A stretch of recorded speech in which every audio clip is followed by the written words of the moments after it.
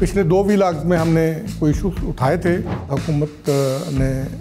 हदायत जारी की और वो फैसले जो है वो वापस लिए, उससे आवाम को रिलीफ मिला। EOBI पेंशनर्स का इशू बहुत जो है वो पेचीदा हो गया है। बहुत बड़ा स्कैंडल सामने आया है, उसकी कुछ तफसीलात हम आपके सामने रखेंगे। ये FBR के सीनियर अफसरान हैं, उनकी मिली भगत से ये स्कैंडल आया है। अस्सलाम वालेकुम नाज़रीन, मैं हूँ आपका मेज़बान इरशाद अंसारी और आप देख रहे हैं एक्सप्रेस न्यूज़। नाज़रीन, सबसे पहले तो हम बात करेंगे, कुछ अपडेट्स देंगे कि जैसे कि हम आपको कहते हैं कि अपने कोई मसाइल होते हैं या अपने कोई इश्यूज़ होते हैं, उनके बारे में आप आगाह करें ताकि हम आपकी आवाज़ बने। पिछले 2 व्लॉग्स में हमने कोई इश्यूज़ उठाए थे और उसके बाद हुकूमत ने हदायत जारी की और वो फैसले जो है वो वापस लिए, उससे आवाम को रिलीफ मिला। उस पर हम थोड़ी सी आपको तफसील बताएंगे कि किस मद में जो है वो फैसले जो है वो वापस हुए। और आज भी जो है वो अहम मीटिंग हुई है, उसमें भी बजट में जो फैसले किए गए हैं उस पर काफ़ी जो है वो तफसीली स्टेक होल्डर्स के साथ मशावरत हुई है, उसकी कुछ तफसील आपकी नज़र करेंगे। और फिर EOBI पेंशनर्स का इशू बहुत जो है वो पेचीदा हो गया है और कई माह से उनका नोटिफिकेशन जारी नहीं हो रहा। हर मरतबा काबीना के इजलास में एजेंडे पे होता है लेकिन वो डिस्कस नहीं हो पाता। वज़ीर-ए-आज़म ने उसूली उसकी मंजूरी भी दे दी है, मगर कैबिनेट की तरफ से मंजूरी ना मिलने की वजह से नोटिफिकेशन डिले हो रहा है। अभी तवक्को ये की जा रही थी कि जो 15 तारीख को इनका हर महीने की वो जो पेरोल चलता है उससे पहले काबीना मंजूरी दे देगी और नोटिफिकेशन हो जाएगा, लेकिन वज़ीर-ए-आज़म की मसरूफियात के बायस इस हफ्ते भी ऐसा मुमकिन नहीं हो सका। और अब ये कहा जा रहा है कि अगले हफ्ते काबीना के इजलास में इसकी मंजूरी दी जाएगी, उसके बाद नोटिफिकेशन होगा। और तीसरा जो इशू है वो ये है कि एक बहुत बड़ा स्कैंडल सामने आया है, उसकी कुछ तफसीलात हम आपके सामने रखेंगे। ये FBR के सीनियर अफसरान हैं, उनकी मिली भगत से ये स्कैंडल आया है। ये करोड़ों और अरबों रुपये मालियत का ये स्कैंडल है। अभी इब्तदाई तहकीकात में 2 अफसरान को मुअत्तल करके उनके नाम ECL में डाल दिए गए हैं और पूरे मुल्क में क्रैकडाउन भी शुरू कर दिया गया है। 13 लोग उसमें गिरफ़्तार किए गए हैं और तहकीक का दायरा कार बढ़ा दिया गया है। GIT बनाई जा रही है। ये सारी तफसीलात आपसे शेयर करेंगे कि ये है क्या। तो नाज़रीन, सबसे पहले हम बात करते हैं कि जो हमने अपने व्लॉग में आपके जो मसाइल की निशानदेही करने पर आवाज़ उठाई थी, वो था सबसे जो अहम मसला था कि बजट के निफाज के फौरी बाद जो बैंकों की तरफ से शेड्यूल चार्जेस बढ़ाए गए थे, उस पर काफ़ी रद्द-ए-अमल आया था। बैंकों में जो है वो कंज्यूमर्स और बैंक के जो हुकाम थे उनके दरमियान लड़ाइयाँ हो रही थी। और इवन दैट कि अगर कोई 20,000 या उससे ज़्यादा मालियत का भी कोई चेक आता था तो उस पे भी 522 रुपये की कटौतियाँ होती थी और ATM के चार्जेस भी बढ़ा दिए और बाकी सारी चीज़ें भी। अब जो 20,000 रुपये से ज़ायद के चेक पे जो कटौती होती थी वो उन्होंने रोक दी है और बाकी भी जो चार्जेस थे उसको कुछ रैशनल बनाया गया है और वन लिंक के साथ भी रब्ता किया गया है। और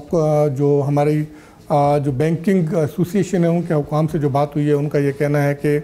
अगले हफ्ते से तवक्को ये की जा रही है कि शेड्यूल चार्जेस जो हैं उनको रिविज़िट करके सारे शेड्यूल चार्जेस जो हैं वो रिड्यूस कर दिए जाएंगे। और ये तो उसके वाले था, लेकिन हमारी कोशिश होगी कि हम फिर भी जैसे ये रिवाइज शेड्यूल चार्जेस जारी होते हैं तो वो हम पूरे एक चीज़, ये कोई 30 से 35 किस्म के चार्जेस हैं जो import export, bank account maintain करना, लॉकर्स रखना, उस पे जो चार्जेस होते हैं। इसी तरह SMS सर्विस, अलर्ट सर्विस है, ATM कार्ड है, डेबिट कार्ड है, इस तरह की तमाम सर्विसेज पे मुख्तलिफ़ किस्म के चार्जेस हैं। उनकी हम आपको उस पे जैसे ही रिवाइज जारी होगा तो हम आपको तफसीलात से आगाह करेंगे। तो अब हम आते हैं अपने दूसरे जो है वो मुद्दे की तरफ के EOBI पेंशनर के हवाले से। तो इस हफ्ते भी ये जो वफाकी काबीना का जो इजलास था वो मुमकिन नहीं हो सका क्योंकि वज़ीर-ए-आज़म शदीद जो है वो मसरूफ़ रहे। उनकी मसरूफियात की वजह से काबीना का इजलास नहीं हो सका और जो पेंडिंग एजेंडा था उसमें EOBI पेंशनर्स की पेंशन में इजाफे के नोटिफिकेशन के इजरा की मंजूरी थी, वो भी उसमें नहीं आ सका। तो वज़ीर-ए-आज़म ने कोई 1.5 हफ्ता पहले जो इजलास हुआ था उसमें इनफार्मल उन्होंने मंजूरी दे दी थी, लेकिन अब काबीना से इसकी फार्मल मंजूरी लेके अप्रूवल के बाद जो है वो नोटिफिकेशन जारी होना था और फिर 1 जनवरी से तमाम वाजबात के साथ EOBI पेंशनर्स को इजाफा शुदा पेंशन मिलनी थी और तवक्को ये की जा रही थी कि इस हफ्ते जो काबीना का इजलास होगा उसमें मंजूरी दी जाएगी, लेकिन चूँकि अब वो इजलास नहीं हुआ तो अब हमारी जो है वो EOBI हुकाम से भी बातचीत हुई है और वजारत ख़ज़ाना के हुकाम से भी बात हुई है। तो उन्होंने ये बताया है कि अगले हफ्ते तवक्को है कि जो काबीना का इजलास होगा उसमें ये जो पेंडिंग एजेंडा है ये सबसे पहले जो है वो पेश किया जाएगा और तवक्को ये की जा रही है कि इसकी मंजूरी हो जाएगी और उसकी मंजूरी के बाद नोटिफिकेशन जारी हो जाएगा। क्योंकि 15 तारीख को पेरोल जो है वो जारी हो जाएगा तो लिहाजा अगली जो पेंशन मिलनी है उसमें तो शायद EOBI पेंशनर को ये इजाफा शुदा पेंशन और जो एरियर्स हैं वो मिलने का इम्कान नहीं है, लेकिन उससे अगली में तवक्को ये की जा रही है कि अगर काबीना से मंजूरी हो जाती है और नोटिफिकेशन हो जाता है तो फिर लोगों को ये इजाफा शुदा पेंशन एरियर्स के साथ जो है वो मिल जाएगी और फिर कंटिन्यूसली फिर इजाफा शुदा पेंशन ही मिलेगी। तो अब आते हैं हम जो बजट में जो इक़दाम उठाए थे उस पर जो काफ़ी बेचैनी पाई जा रही थी, उसमें आज जो वज़ीर ममलकत बराए ख़ज़ाना है बिलाल अज़हर कियानी, चूँकि ताजरों ने जो है वो 19 तारीख को मुल्क गिर हड़ताल की कॉल दी रखी थी कि अगर उनके जायज़ मुतालबात को तस्लीम ना किया और बजट में जो इक़दाम उठाए गए थे जिससे बिज़नेस हर्ट हो रहा है, इकॉनमी के लिए प्रॉब्लम्स क्रिएट हो सकती हैं, उनको रिविज़िट ना किया तो फिर एहतजाज किया जाएगा। अंजुमन ताजरान ने भी प्रेस कॉन्फ्रेंस की, उन्होंने भी इस बात का ऐलान किया था। तो उस मतवक्के रद्द अमल को मद्देनज़र रखते हुए वज़ीर ममलकत बराए ख़ज़ाना बिलाल अज़हर कियानी जो है वो फेडरल बोर्ड ऑफ रेवेन्यू के तीनों जो लाइन मेंबर हैं, member inland revenue policy, member inland revenue operation, member custom, इन को लेके आज FPCCI जो इस्लामाबाद में जो उनका ऑफिस है वहाँ पे गए, वहाँ पे तकरीब मुनक्कद हुई, ख़िताब भी किया और उसमें उन्होंने कहा कि हम जो है वो ताजरों के साथ पहले भी मुशावरत की थी, अभी भी हम मुशावरत के साथ जो है वो इनके जायज़ मसाइल जो है उनको हल करेंगे। अब इतना आसान तो नहीं है हल होना, लेकिन हमने वहाँ पे ये एक जो FPCCI के सीनियर हुकाम थे उनके सामने भी ये सवाल रखा था कि हुकूमत की तरफ से बजट के जब पार्लियामेंट में पेश किया गया था तो उसके बाद अनॉमली कमेटी बनाई गई थी और उस अनॉमली कमेटी में FPCCI के चेयरमैन सदर जो है वो भी उसमें उसका हिस्सा थे और इस तरह कराची चैम्बर के जो सदर हैं वो भी उसका हिस्सा थे। तो उस वक़्त आपने ये अनॉमलीज़ जो है वो क्यों दूर नहीं करवाई, आपने इनपुट क्यों नहीं दिया? तो उसमें उनका ये कहना था कि उसकी एक ही मीटिंग हुई थी तो हमें उस वक़्त पता नहीं चला। तो इसलिए अब चूँकि ये एग्जीक्यूट हो चुका है बजट, अब ये मसाइल सामने आए तो अब इसलिए हम इन मसाइल को हाईलाइट कर रहे हैं ताकि ये हल हों। अब देखते हैं कि क्या ये हल मुमकिन हो पाएगा या नहीं हो पाएगा। दूसरी तरफ कायमा कमेटियाँ भी जो है वो शोर में जा रही हैं कि हमारी जो प्रपोजल थी उनको भी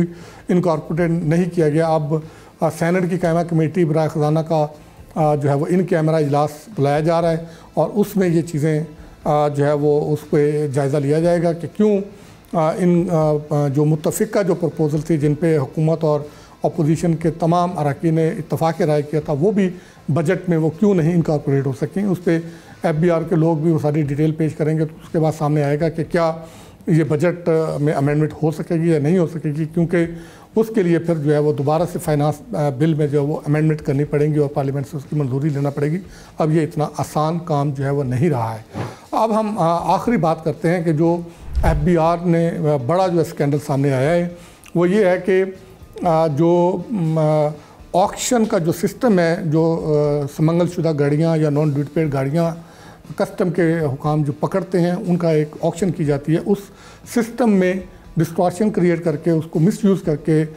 कस्टम के हुकाम तो ये इल्ज़ाम लगा रहे हैं कि पाकिस्तान सिंगल विंडो पे कि पाकिस्तान सिंगल विंडो के पास सुपर ID होती है और सुपर ID के ज़रिए कस्टम के ऑफिशियल्स की जो जाली ID बना के और उसके जो नॉन ड्यूटी पेड गाड़ियाँ हैं उनकी वहाँ से वेरिफिकेशन करके तो उसको जो है वो लीगलाइज करवाया गया है। लेकिन हमारी जो है वो पाकिस्तान सिंगल विंडो के जो CEO हैं आफ्ताब हैदर, उनसे भी बातचीत हुई है और उन्होंने दो टोक अल्फाज में ये बताया है कि कस्टम की तरफ से उनको ये लेटर भी आया था, उसका तहरीरी तौर पे जवाब भी दे दिया और उसमें उन्होंने बता दिया है कि ये 100% जो है वो ये कस्टम हुकाम के पार्ट पे जो है ये फ़ाल्ट है और उनके या अफसरान खुद मुलव्वस हैं या उनकी ID जो है वो उन्हीं के कस्टम हुकाम की तरफ से जो है वो मिस यूज़ करके उसको जो है वो सारा वो किया गया है। और इसमें पाकिस्तान सिंगल विंडो का कोई अमल दखल नहीं है। और जो FBI ने जॉइंट इन्वेस्टिगेशन टीम बनाने का कहा है, FIA, IB और ISI के हुकाम और FBR के हुकाम पे मुश्तमल, तो सिंगल विंडो के जो CEO हैं उनका ये कहना था कि अगर जॉइंट इन्वेस्टिगेशन टीम अपनी तहकीकात के दौरान कहीं पे भी ये शवाहिद मिल जाते हैं, ये साबित होता है कि पाकिस्तान सिंगल विंडो का जो सिस्टम है वो मिसयूज़ हुआ है, तो वो उसमें जो भी लोग मुलव्वस हो गए उनके ख़िलाफ़ जो है वो सख्त कार्रवाई करेंगे। उनका ये कहना था कि जिस सुपर ID का जिक्र किया जा रहा है वो सुपर ID किस्सा पारीदा है, वो कभी हुआ करता था लेकिन अब सुपर ID का कॉन्सेप्ट नहीं है। ये 100% इन्वॉल्वमेंट जो है वो पाकिस्तान कस्टम के अफसरान की है। लेकिन जो हमारी FBR के ऑफिशियल से बात हुई है उनका ये कहना है कि इस मामले की सारी जो है वो तहकीकात हो रही हैं और ये स्कैम सामने आने के बाद चेयरमैन FBR और मेंबर कस्टम की हदायत पर कस्टम इन्फोर्समेंट ने पूरे मुल्क में क्रैकडाउन शुरू कर दिया है और इस मकरूह धंधे में मुलव्वस 13 जो लोग हैं उनको गिरफ़्तार किया जा चुका है। 103 गाड़ियों की निशानदेही की है और उनको जो है पकड़ा गया है और फिर 2 कस्टम के आला अफसरान हैं उनको सस्पेंड कर दिया गया है और उनके नाम भी ECL पे डाल दिए गए हैं और GIT बनाने की भी जो है वो सिफारिश कर दी गई है ताकि इस मामले की मुकम्मल छानबीन हो सके। और जो हमारे ज़राए ये बताते हैं FBR के, उनका ये कहना है कि ये मामला इतना आसान नहीं है और इसमें बहुत सारे लोग इन्वॉल्व हैं और जब इसकी मुकम्मल छानबीन होगी तो इसमें और भी बहुत सारे पर्दा नशीनों के नाम आएंगे और बड़े बड़े लोगों के नाम आएंगे और ये बिलियंस ऑफ रुपीज़ का स्कैम है और ना जाने कितनी गाड़ियां हैं जो इस ऑक्शन सिस्टम को जो है वो मिसयूज़ करके उसको लीगलाइज़ किया गया है। क्या अब उन सब गाड़ियों को पकड़ना मुमकिन हो सकेगा, उनको वापस ला के उनकी जो ज़िम्मेदारान हैं उनके ख़िलाफ़ कार्रवाई हो सकेगी, या पिछले स्कैम्स की तरह ये स्कैम भी जो है वो पहले कुछ अर्सा मीडिया की जीनत बनेगा और इस पर वाह करवाई जाएगी, कुछ लोगों को कुर्बानी का बकरा बनाया जाएगा और उसके बाद फिर इसको भी जो है वो माजी के स्कैम्स की तरह जो है वो दाखिल दफ्तर कर दिया जाएगा। 50 अरब रुपए का कंटेनर स्कैम हमारे सामने मौजूद है, बड़ी तहकीकात की गई लेकिन कुछ नहीं हुआ। फिर उसके बाद ट्रांजिट ट्रेड के स्कैम सामने आए, कुछ नहीं हुआ। और फिर इसी तरह के और बहुत सारे स्कैम है। प्राल का एक स्कैम आया, फ्लाइंग इन्वाइसिस का, जाली इन्वाइसिंग का एक स्कैम आया। अगर आप इसको उंगलियों पे ही गिने तो ये खरबों रुपए के स्कैम्स हैं, लेकिन इस पे अभी तक कोई एक भी स्कैम अपने मंतकी अंजाम तक नहीं पहुंचा। हाइप क्रिएट होती है लेकिन उसके बाद उसका कुछ पता नहीं लगता कि वो फिर किधर गया। अभी भी यहाँ तक पोजीशन है कि 2-3 केस को पर्सनल मैं जानता हूँ कि जिनमें अभी 4-5 दिन पहले जो है वो कस्टम कोर्ट ने ये कोई ऑलमोस्ट कोई जो है वो 18-20 करोड़ रुपए की जो है वो टैक्स एवेजन का मामला जो सुप्रीम कोर्ट तक से जो है वो FBR की फेवर में हो चुका है और कोई 6-7 करोड़ रुपया वो जमा भी करवाया जा चुका है। ये कॉस्मेटिक सेक्टर की एक बहुत बड़ी टैक्स चोरी है और उसमें पहले ही 2 मुलजिम जो है वो कोई 2 साल से ज़्यादा अरसे से जेल में थे। अब तीसरे को भी जो है गिरफ़्तार कर लिया है और लेकिन वहाँ पे उन्हीं के रिश्तेदारों ने उससे मिलती जुलती जो है वो कंपनी पेशावर में Pakistan standard and quality control authority के ज़रिए रजिस्टर्ड करवा के और वही ब्रांड जिसको FBR ने जो है वो जब्त किया हुआ है उसके नाम पे जो है वो उन्होंने उनको लाइसेंस जारी कर दिया और फिर ये सारी PSQCA और FBR के हुकाम की जो है वो मिली भगत से ये हो रहा है। और मज़े की बात यह है कि पेशावर जो रेगुलेटरी है, जो इसकी PSQC का जो इदारा है डायरेक्टरेट, वहाँ से ये लाइसेंस जारी किया गया और जिस कंपनी को लाइसेंस जारी किया गया वो कंपनी जो है वो फुली तौर पे ऑपरेट लाहौर में कर रही है। इस पे FBR के जब इल्म में बात आई, FBR ने PSQC पेशावर को लेटर लिखा और ये कहा ना सिर्फ वो ब्रांड बल्कि उस ब्रांड से मिलते जुलते अगर किसी भी नाम से कोई कारोबार हो रहा है, ना सिर्फ उनको लाइसेंस जारी किया जाए, जो जारी किया गया उसको मनसूख किया जाए और उन पर ऑपरेशन भी किया जाए। PSQC लाहौर ने उस पर ऑपरेशन तो शुरू कर दिया और हमारी उनके जो डायरेक्टर हैं रिजवान साहब, उनसे भी बात हुई, लेकिन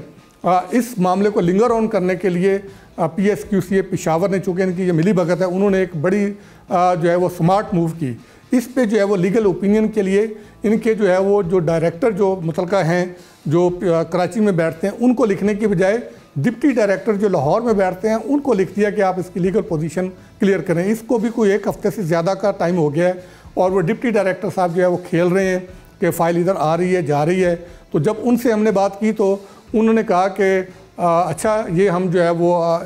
ये जो ख़त है हम जो है वो डायरेक्टर को भी पहुंचा देंगे, लेकिन मैंने अपनी लीगल टीम को ये भेजा है, हम उसका जायज़ा ले रहे हैं। ये अभी तक जायज़ा ही लिया जा रहा है। और जिस कंपनी की मैं बात करूं कि जो उनके अजीज़ हैं जिन्होंने केस से मिलती जुलती दूसरी कंपनी जो है रजिस्टर्ड की है, मैं अभी उस कंपनी का कोई नाम नहीं डिस्क्लोज़ कर रहा कि इस कंपनी इसने भी कोई ऑलमोस्ट 30 करोड़ से ज़्यादा की टैक्स एवेजन हो चुकी है। FBI के जो डायरेक्टरेट जनरल है I&I, उसने इसकी इन्वेस्टिगेशन की और इनलैंड रेवेन्यू का जो RTO है पेशावर उसको कार्रवाई के लिए कहा। वो केस का भी कोई पता नहीं है, केस का भी कोई जो है वो अता पता नहीं है। और PSQC पेशावर ने लाइसेंस भी जारी कर दिया। और फिर मज़े की बात यह है कि ये जो कंपनी है ये खुद से कोई मैन्युफैक्चरिंग कर भी नहीं रही। कागज़ों में इन्होंने RTO पेशावर के हदूद में प्रीमिसेस शो की हुई है, फॉर्मेलिटीज़ पूरी की हुई हैं, ऑपरेशन सारे लाहौर में होते हैं और ये थर्ड पार्टी के ज़रिए मैन्युफैक्चरिंग की जा रही है और मुसलसल करोड़ों रुपए की जो है वो टैक्स चोरी हो रही है और कोई पूछने वाला नहीं है। तो ये हालात हैं FBR के अपने। एक तरफ वो कहते हैं कि हमें रेवेन्यू चाहिए, दूसरी तरफ ये पोजीशन है कि जो रेवेन्यू आया हुआ है थोड़ी सी एफर्ट से उनकी ना तो प्रॉपर्टी जो कन्फिस्केट की हुई है ना वो अभी तक ऑक्शन हो पा रही है, ना ट्रेडमार्क ऑक्शन हो पा रहा है। और उसी से मिलती जुलती कंपनी जो 31 करोड़ से ज़्यादा की जो है वो